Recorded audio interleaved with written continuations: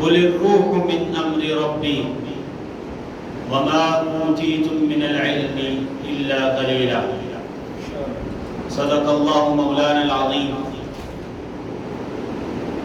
سامعین جی وقار، اللہ رب العزت کا بے پناہ لطف اور کرم ہے کہ جس کی توفیق سے آج جمعۃ المبارک کی مبارک ساعتوں میں ہم اس کے گھر میں اس کے حضور جمع ہیں۔ اللہ تعالیٰ کی حضور دعا ہے، اپنی گفتگو کی ابتدا اس دعا سے کرتے ہیں کہ اللہ تعالیٰ آج ہمارا اپنی بارگاہ میں اپنے گھر میں بیٹھنا قبول فرمائے، ہمارا گفتگو کرنا اور اس کو سننا اللہ تعالیٰ اس کو اپنی بارگاہ میں شرف قبولیت سے نوازے۔ حضرات جی وقار ملت امین، جو مضمون آج ہم شروع کرنے جا رہے ہیں یہ بنیادی طور پہ جو سابقہ مضمون ہم نے ذکر کیا تھا اسی مضمون کا ایک تسلسل ہے۔ آپ حضرات کے علم میں ہوگا، ہم نے سابقہ جمعے میں یہ بات کہی کہ اللہ تعالیٰ نے جب انسان کو پیدا فرمایا اور اللہ تعالیٰ نے انسان کی روح کو پیدا فرمایا تو روح کا ایک تنزل ہے، اس روح کا جو عالم بالا کی چیز ہے، وہ روح جو عالم ارواح میں رہتی تھی، اس روح نے جس نے اللہ تعالیٰ کی قربتوں کے مزے لیے تھے، جس روح نے اللہ تعالیٰ کی صفاتی تجلیات سمائی تھی اپنے اندر، وہ روح جو ملائکہ کو دیکھتی تھی، وہ روح جب اس عالم سے سفر کر کے اس عالم ناسوت میں، ان عالم اجسام میں جہاں جسم ہے، جہاں حیوانات ہیں، جب روح اس عالم میں انسانی جسم میں منتقل ہوئی تو وہ روح اس کی وجہ سے، اس کے سبب سے انسانی جسم کو تحرک نصیب ہوا، انسان کے جسم میں حرکت نصیب ہوئی۔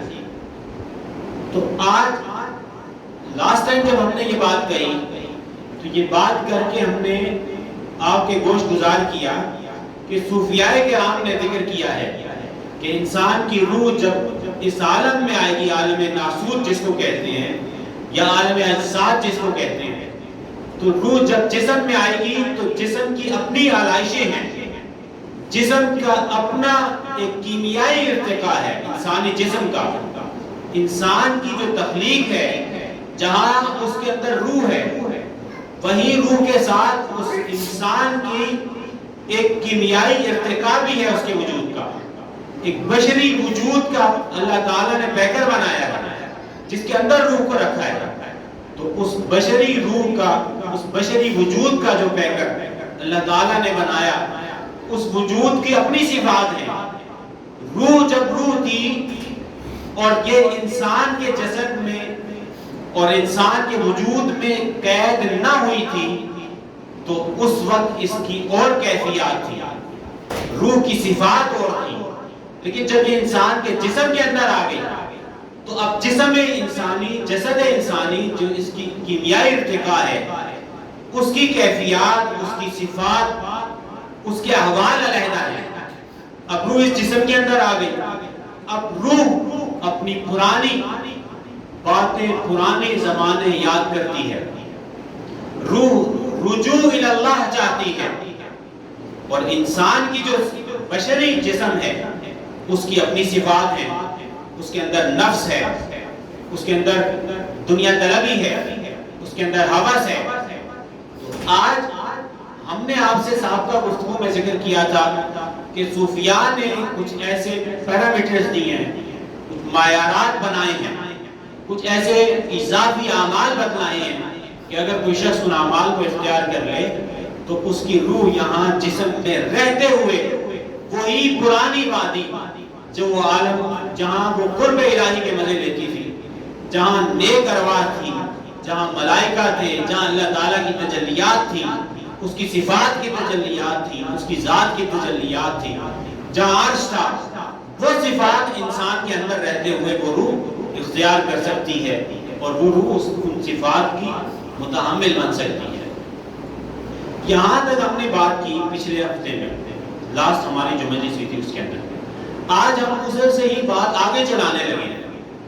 آج ہم جاننے کی کوشش کریں گے کہ یہ جانیے کہ بھئی روح کا معنی کیا ہے، اس کی تعریف کیا ہے، اس کی صفات کیا ہے، اور یہ کہ روح کا لفظ قرآن مجید میں کس کس معنی میں استعمال ہوا ہے، اس بات کو جانیں گے۔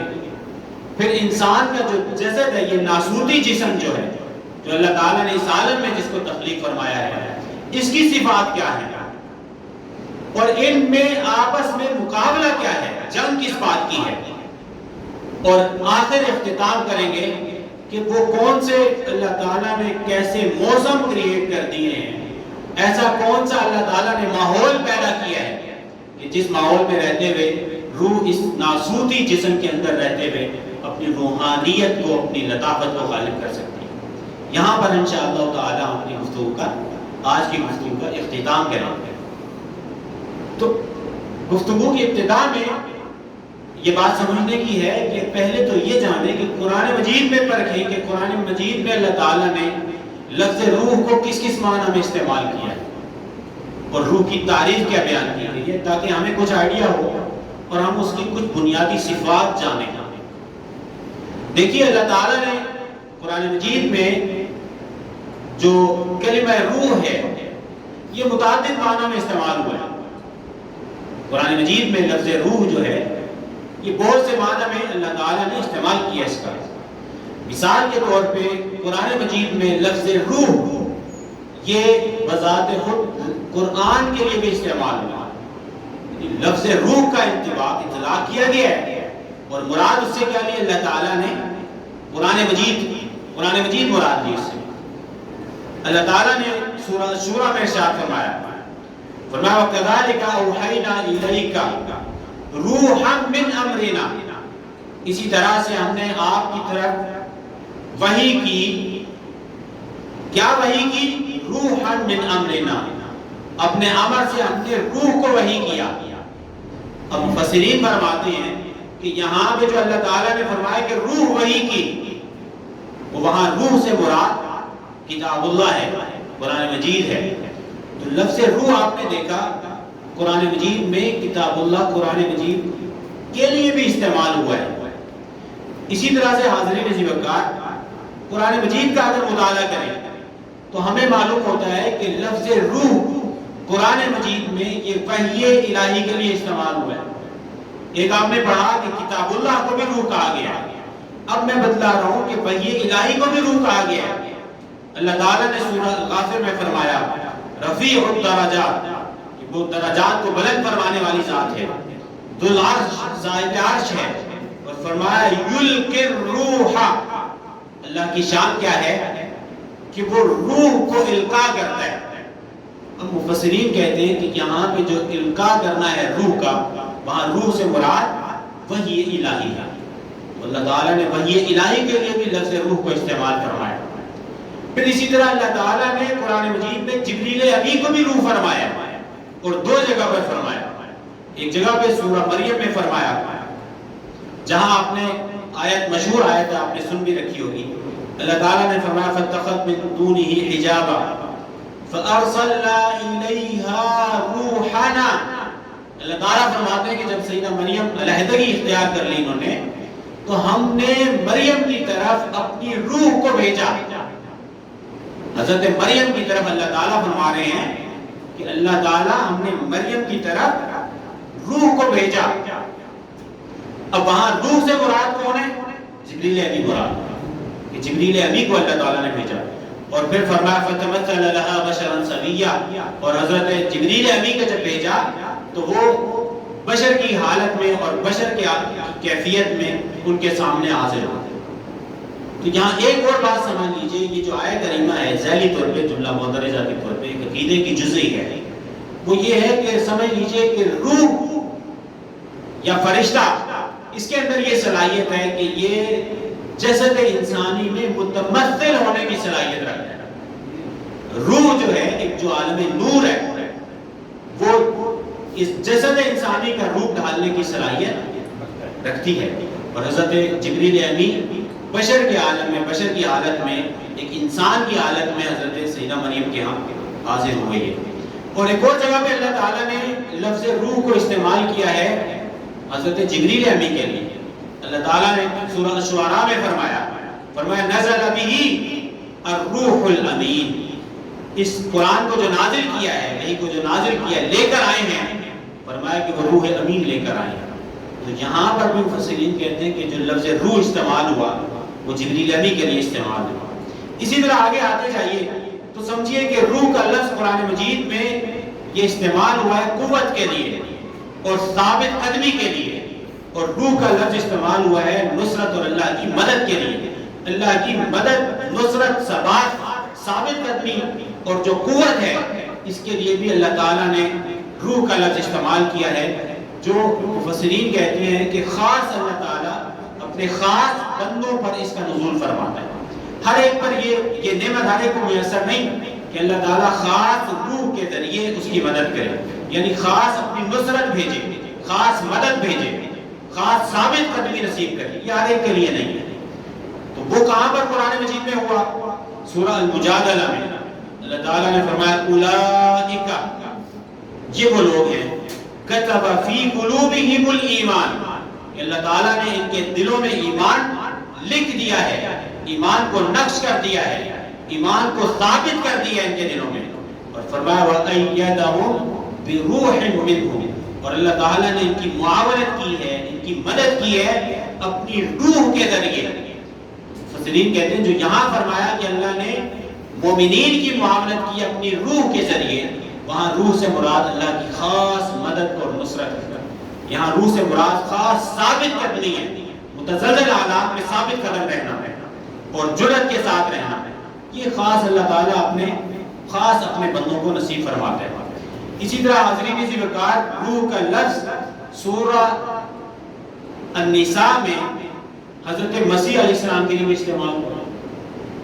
وہاں اللہ تعالیٰ نے فرمایا یا اہل الکتاب لا تغلوا فی دینکم ولا تقولوا علی اللہ الا الحق، فرمایا انما المسیح عیسی ابن مریم رسول اللہ، کہ حضرت مسیح جو ہیں حضرت عیسیٰ بن مریم یہ اللہ کے رسول ہیں، وکلمتہ اور ان کے کلمہ ہیں، اور فرمایا القاہ الی مریم، جو مریم علیہ السلام کی طرف اللہ نے بھیجے ہیں، اور فرمایا وروح منہ، اور اللہ کی طرف سے روح ہے۔ لفظ روح کا انطباق اللہ تعالیٰ نے قرآن مجید میں حضرت عیسیٰ علیہ السلام کے لیے بھی فرمایا۔ اور اس کا ایک اور معنی بھی ہے جو آج ہم جس پر بات آگے لے کر جائیں گے اور جو ہماری سابقہ بحث سے مطابقت رکھتا ہے، اور وہ کیا ہے؟ روح کا مطلب سمجھ لیجئے کہ روح بیسیکلی حیات انسانی کو بھی کہتے ہیں۔ اللہ تعالیٰ نے فرمایا، یہ قرآن مجید کی جو میں نے اپنے خطبے میں آیت پڑھی، فرمایا یسألونک عن الروح، کہ یہ لوگ آپ سے روح کی بابت سوال کرتے ہیں، قل الروح من امر ربی، آپ فرما دیجئے کہ یہ میرے رب کا امر ہے۔ روح یہ اللہ تعالیٰ نے ایک ایسی خلقت ہے اللہ تعالیٰ کی ایک ایسی تخلیق ہے جو اس نے فرمائی ہے، اور اس میں اللہ تعالیٰ نے اس کے ذریعے سے انسان کے جو ناسوتی جسد ہے اس کے اندر حیات رکھی۔ تو یہ جو ہمارے اندر حرکت ہے، تحرک ہے، حیات ہے، یہ حیات جس وجود کی وجہ سے ہے اس کا نام روح ہے۔ اس کا نام کیا ہے؟ اب یہ بات سمجھ لیجئے کہ اس کو ہم انشاءاللہ تعالیٰ کبھی وقت ہوگا آئندہ کبھی تو اس کو ابن قیم رحمہ اللہ نے ایک کتاب لکھی ہے پوری، اس پہ کتاب الروح کے نام سے، وہ بہت دلچسپ بحث ہے، اس میں عقیدے کی جزئیات بھی ہیں، تو کبھی موقع ہوگا انشاءاللہ اسے بھی پڑھیں گے، کتاب الروح ابن قیم رحمہ اللہ کی۔ اسی طرح امام جلال الدین سیوطی نے کتاب لکھی شرح الصدور، اس میں بھی ارواح کے احوال ذکر کیا آپ نے۔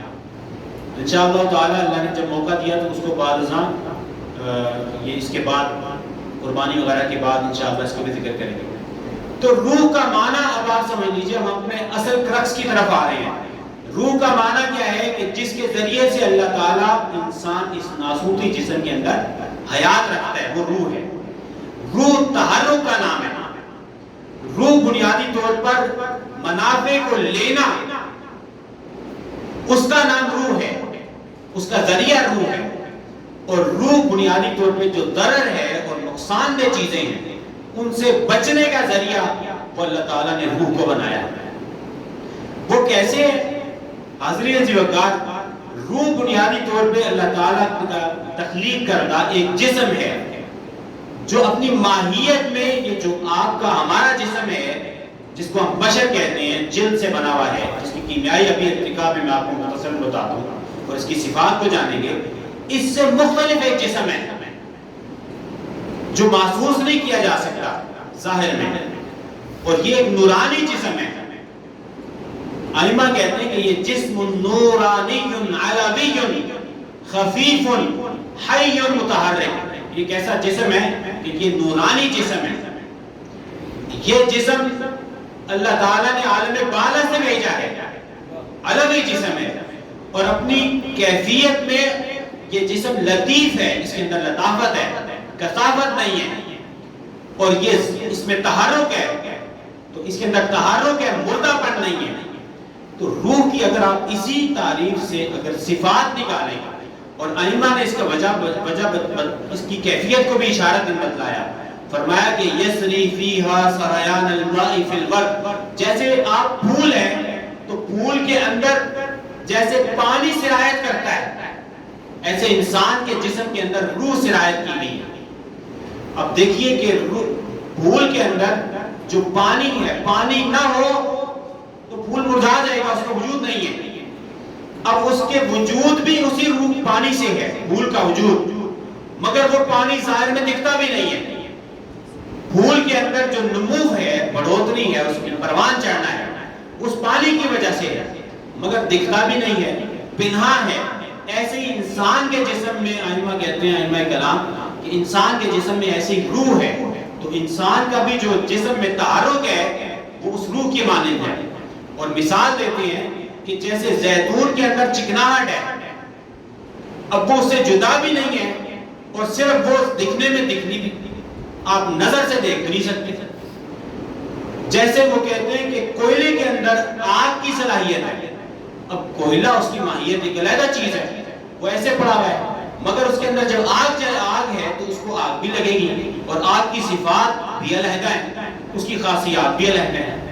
تو خلاصہ کلام یہ ہے کہ سمجھ لیجئے کہ روح جو اللہ تعالیٰ نے عالم بالا کی چیز انسان کے اندر رکھ دی ہے، یہ روح اس سے تحرک ہے، یہ روح نورانیت ہے، یہ نور ہے، یہاں ظلمت نہیں ہے۔ یہ روح اس کے اندر ملائکہ کی صفات سمونے کی صلاحیت ہے، اس کے اندر معصیت نہیں ہے، اطاعت گزاری ہے، اس کے اندر نافرمانی نہیں ہے، اس کے اندر فرما برداری ہے۔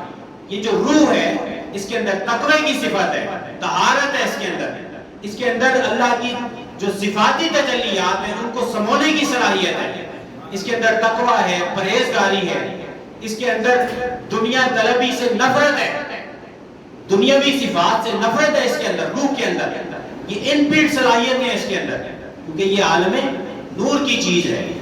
اور جب آپ یہ بات جان گئے اور چند ایک صلاحیتیں آپ نے روح کی جان لی، تو اب سمجھ لیجئے کہ اللہ تعالیٰ نے اس روح کو جو عالم بالا کی چیز تھی جب اس ناسوتی جسم کے اندر رکھا، تو پہلے یہ سمجھیے کہ یہ ناسوتی جسم کیسے تخلیق کیا گیا، اس کی صفات کیا ہے۔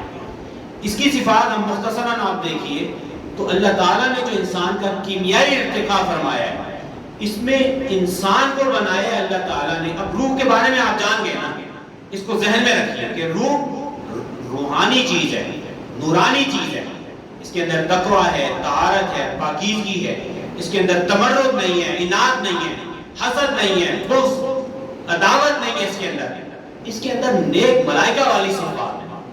اور اب یہ جس ناسوتی جسم میں رکھی ہے اس کی بھی خلقت کو دیکھ لیجئے اختصار کے ساتھ۔ اللہ تعالیٰ نے فرمایا کہ یہ جو جسم ہمارا ہے، فرمایا کہ اللہ تعالیٰ نے اس کا پہلا مرحلہ تخلیق کا یہ کہ اس کو تراب سے پیدا کیا، مٹی سے پیدا کیا، مٹی ایک غیر نامی مادے سے اللہ نے پیدا کیا۔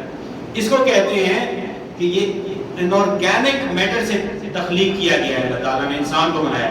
قرآن نے کہا هو الذی خلقکم من تراب، کہ وہی ذات ہے جس کو اللہ تعالیٰ نے جس کو مٹی سے ایک آرگینک میٹر سے پیدا کیا ہے، انارگینک میٹر سے پیدا کیا ہے، پھر اس کو مٹی کے اندر اللہ تعالیٰ نے پانی ملایا ہے۔ تو اب یہ جو جسم ہے ناسوتی جسم جس کے اندر اللہ نے روح رکھی ہے، اس کے اندر پانی کی صفات بھی ہے۔ اللہ تعالیٰ نے فرمایا وَهُوَ الَّذِي خَلَقَ مِنَ الْمَاءِ بَشَرًا، یہ جو ہمارا ناسوتی جسم ہے، فرمایا کہ اس پانی سے اللہ تعالیٰ نے بشر کو پیدا کیا ہے۔ اور ایک اور جگہ پہ اللہ تعالیٰ نے سورہ انبیاء میں فرمایا وَجَعَلْنَا مِنَ الْمَاءِ كُلَّ شَيْءٍ حَيٍّ، حیات اللہ تعالیٰ نے وہ پانی سے رکھی ہر شے۔ تو جو ناسوتی جسم ہے اس کے اندر مٹی کی صفات ہیں، روح اس کے برعکس ہے، مزاج میں، خلقت میں، صفات میں۔ یہ جو ناسوتی جسم ہے اس کے اندر مٹی کی صفات، اس کے اندر پانی کی صفات ہے۔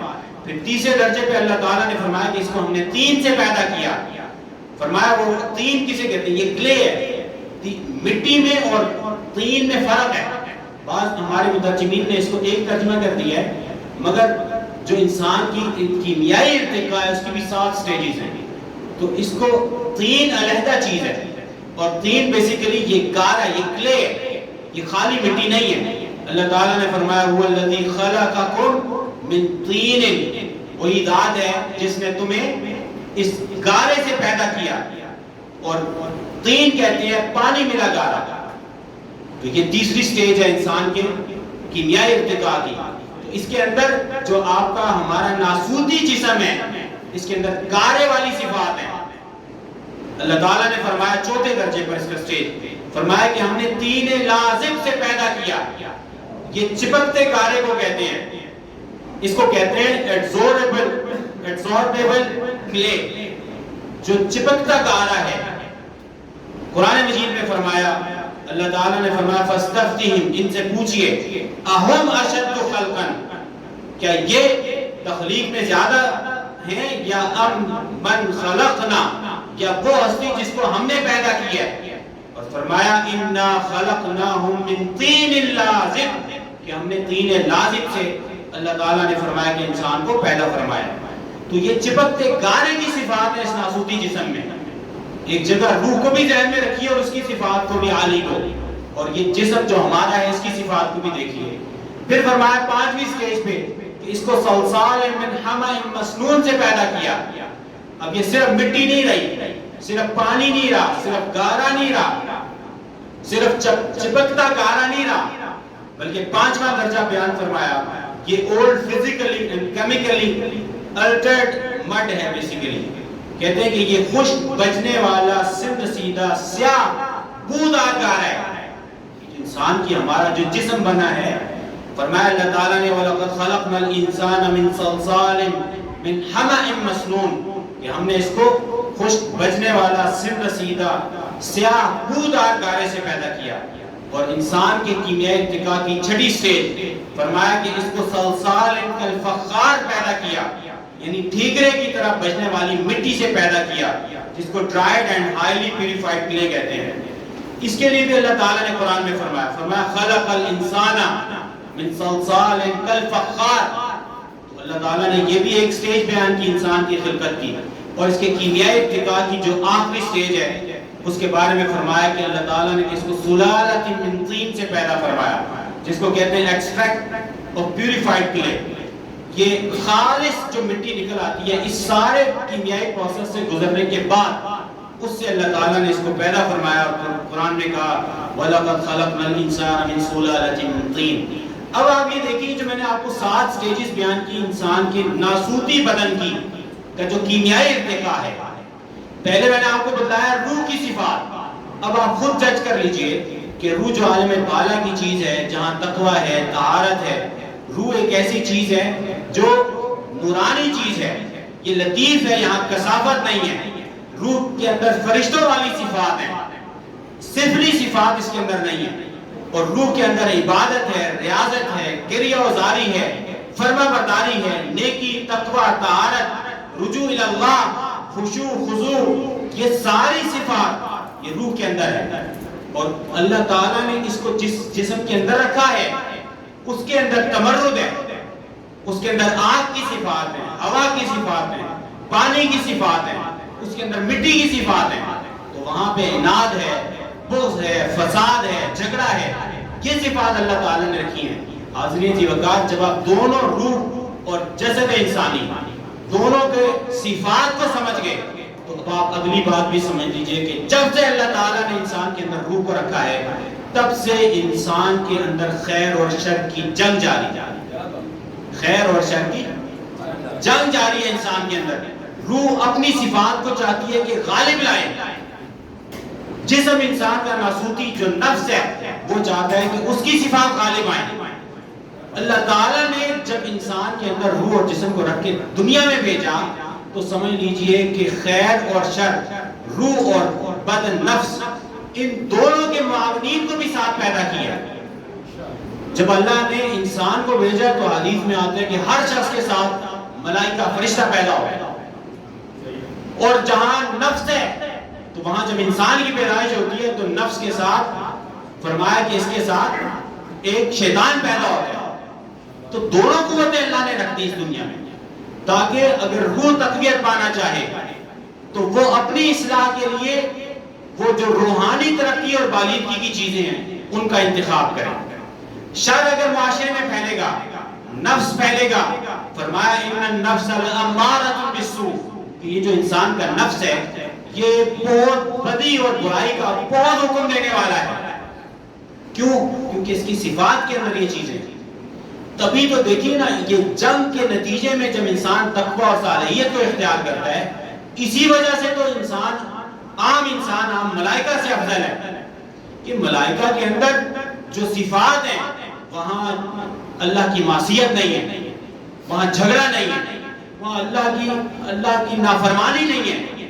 حقد ہے، حسد ہے، فساد ہے، جنگ و جدل ہے. یہ جتنی صفات ہیں آپ دیکھتے ہیں کہ ملائکہ میں یہ چیزیں یہ نہیں ہے، روح کے اندر بھی نہیں ہے. اس کے اندر وہ صفات غالب ہیں. یہ صفات بنیادی طور پہ اس ناسوتی جسد کی ہیں. تو اس ناسوتی جسد کے اندر رہ کے جب کوئی شخص تقوی اختیار کرتا ہے تو یہ بڑی بات ہے، اور اس کے نتیجے میں وہ عام ملائکہ سے افضل درجہ پا لیتا ہے انسان. تو حاضرین عزیز وقار، بات کو ختم کرنے کی طرف چلتے ہیں. جب آپ نے دیکھ لیا کہ یہ جسد انسانی کا، روح کا یہ خیر اور شر کی جنگ ہے، تو سمجھ لیجئے میں نے آپ کو بتلایا کہ اللہ تعالیٰ نے پھر اسباب بھی پیدا کیے. روح کے ساتھ ایسی قوتیں رکھی ہیں جو روح کو تقویت دیں گے، اور انسان کے نفس کے ساتھ ایسی قوتیں ہیں جو اس کے نفس کو تقویت دیں گے. روح کے ساتھ ملائکہ ہیں. روح کے ساتھ اللہ تعالیٰ نے ایسے دنیا میں رجال پیدا کیے ہیں جو کسی بھی سالک کے خیر کے پکڑ کے اس کی روح کے تصفیہ اور تزکیہ کے پروسیس سے گزارتے ہیں. تو اولیاء اللہ پیدا کیے ہیں روح کو تقویت دینے کے لیے، اور ادھر اولیاء شیطان پیدا کیے ہیں انسان کے نفس کو تقویت دینے کے لیے. ایسے ہی اللہ تعالیٰ نے کچھ ایسے موسم پیدا کر دیے ہیں جو انسان کے اندر جو روح ہے اگر مغلوب ہو گئی ہو، اگر وہ لغزشوں میں پڑ گئی ہو، اگر اس سے کمزوریاں سرزد ہو رہی ہو، روح تقویت نہ پا رہی ہو، اور اس کی بجائے اس کا نفس انسان پہ غالب آ رہا ہو، تو اللہ تعالیٰ نے ایسے موسم رکھے ہیں کہ جن موسموں میں موقع میسر آتا ہے کہ انسان پھر روح کو تقویت دے، انسان کی روح پھر نفس پر غالب آئے. آپ دیکھتے ہیں اللہ نے رمضان کا پورا مہینہ رکھ لیا. رمضان کے مہینے میں ایک ماحول ہوتا ہے جہاں تقوی اور طہارت غالب آتی ہے، روح غالب آتی ہے اور نفس کمزور ہوتا ہے. ایسی اللہ تعالیٰ نے آپ دیکھیے محرم رکھ دیا، ایسے اللہ تعالیٰ نے رجب رکھا، شعبان رکھا. ایسے ہی اللہ تعالیٰ نے یہ مہینہ جس کے اندر ہم داخل ہو گئے ہیں اور یہ حج کا مہینہ آگے آ رہا ہے، ذی القعدہ اور ذی الحج رکھا ہے. حاضرین عزیز وقار، اپنی گفتگو کو میں اینڈ یہاں پر جا کے کروں گا، اور انشاءاللہ تعالیٰ اس کو ہم اگلی مجلس سے امام حسن بصری کا ایک رسالہ ہے، میں نے اس کو پہلی دفعہ دیکھا، مجھے خود بڑا دلچسپ لگا. امام حسن بصری نے رسالہ لکھا فضائل مکہ پر. انشاءاللہ اللہ نے زندگی دی، بشرط زندگی، تو اگلی مجلس میں فضائل مکہ کا جو امام حسن بصری جو تابعی ہیں ان کا رسالے سے انشاءاللہ پڑھیں گے. تو حج بنیادی طور پہ سمجھ لیجئے کہ اگر کسی روح سے کمزور گدلی ہو گئی ہے روح، تو حج ارتقاء اور اصلاح اور تقوی کا ذریعہ. ہر شخص کے ذہن میں رکھیے اللہ تعالیٰ نے ہر صاحب نصاب پر حج لازم کیا. اب یہ اللہ تعالیٰ نے جو احکام وارد فرمائے ہیں یہ بیسیکلی اس لیے ہیں تاکہ اگر انسان دنیا میں پڑ گیا ہے، کیونکہ نفس دنیا کو پسند کرتا ہے. حدیث پاک میں آتا ہے الدنیا سجن المؤمن، دنیا جو ہے وہ مومن کے لیے یہ قید خانہ ہے. اور فرمایا جنت الکافر، کہ یہ کافر کی جنت ہے، تو اگر جس کا نفس غالب ہے اس کے لیے دنیا طلبی ہر چیز ہے، اس میں جاہ و منصب کی طلب ہے، مال و دولت کی طلب ہے، خواہشات ہیں، نفسانیت ہے، وہاں پہ حرص ہے، طمع ہے، لالچ ہے، یہ صفات وہاں غالب آ جائیں گی۔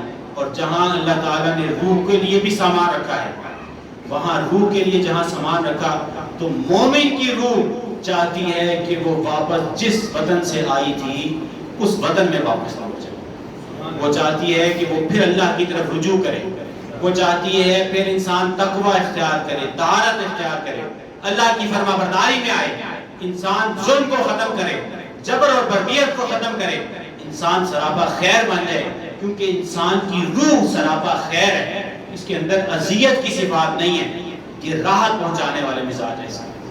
حاضرین عزیز وقار، حج کا مہینہ شروع ہو رہا ہے، حج کے بارے میں ایک دو روایات پڑھ کے اپنی گفتگو ختم کروں گا۔